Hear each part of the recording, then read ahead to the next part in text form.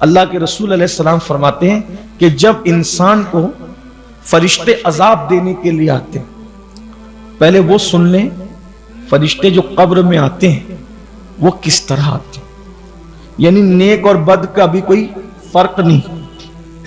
پہلی مرتبہ جب فرشتے قبر میں آتے ہیں تو وہ سوال کرنے کے لیے آتے ہیں۔ 3 سوال ہیں قبر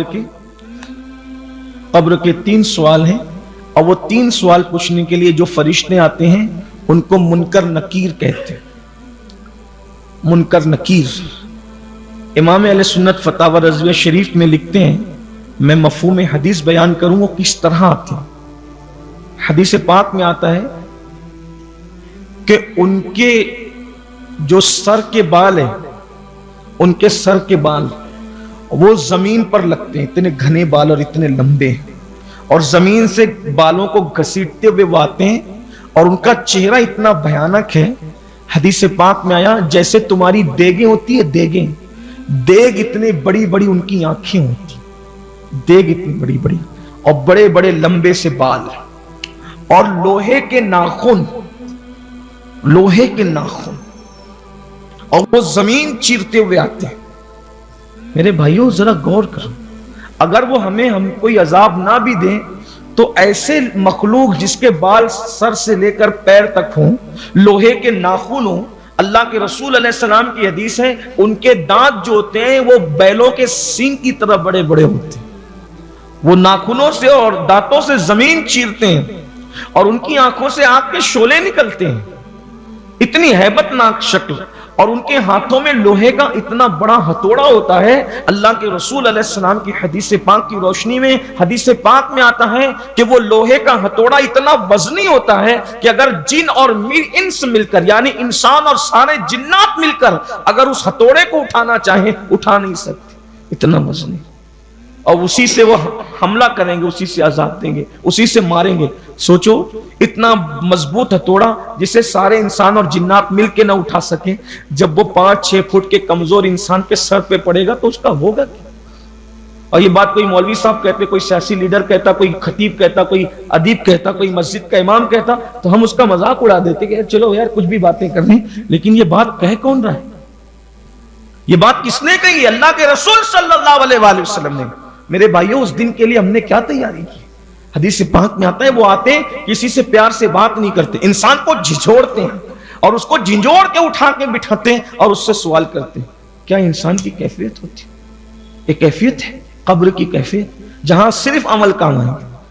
ایمان کے ساتھ اگر کوئی چیز کام آنے والی تو عمل، اور قبر میں اگر کسی نے کام آنا ہے تو وہ آمینہ کا لال ہم سب کے آقا مولا محمد رسول اللہ صلی اللہ علیہ وسلم، یا تو اعمال نے کام آنا یا تو اللہ کے رسول نے کام آنا ہے، اور ہم نے دونوں سے اپنے رشتے کو کمزور کر لیا۔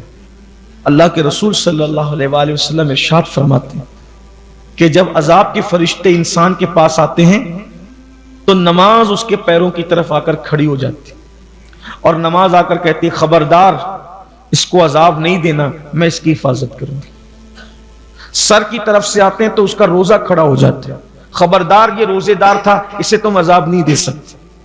پھر دوسری طرف سے آتے ہیں تو زکوٰۃ کھڑی ہو جاتی ہے، کہتی ہے کہ خبردار یہ زکوٰۃ دینے والا تھا، اسے عذاب نہ دینا۔ پھر کسی طرف سے آتے ہیں تو صدقہ کھڑا ہو کر کہتا ہے یہ صدقہ کرتا تھا، کھڑا نہیں ہو، اس طرف عذاب نہیں آنا۔ اسی طرح سے پھر کبھی قرآن کی تلاوت سامنے آتی ہے، اسی طرح سے کبھی کوئی نیکی سامنے آتی ہے، وہ ساری نیکیاں کر کے اس میت کو بچاتی ہے، اور اس کے بعد فرشتے کہتے ہیں کہ جب اس کی حفاظت کے لیے اس کے نیک اعمال ہیں تو ہم اسے عذاب کیسے دے سکتے ہیں۔ پھر حدیث پاک میں آتا ہے کہ اس کی قبر میں جنت کا بستر بچھایا جاتا ہے، اور اس کو کہا جاتا ہے نم کا نومتی العروس، سو جا ایسے جیسے پہلی رات کی دلہن سوتی۔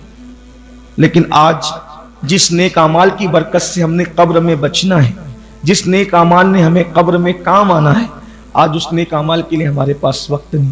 فجر سوتے ہوئے گزار دے رہے ہیں، ظہر کاروبار میں کام دھندے میں گزار دے رہے ہیں، عصر دوستوں کے ساتھ کھیل کود میں گزار دے رہے ہیں، مغرب غفلت میں گزار دے رہے ہیں، عشاء غفلت میں گزار دے رہے ہیں۔ اللہ کے بندو حدیث پاک سنو، ایک وقت کی نماز کے لیے صرف 10 منٹ کا ٹائم لگتا ہے، 10 منٹ۔ آقا علیہ السلام فرماتے ہیں کہ قبر میں ایک سانپ، اور ایک نہیں، اس کے علاوہ اور بھی روایت، یہ ایک سانپ تو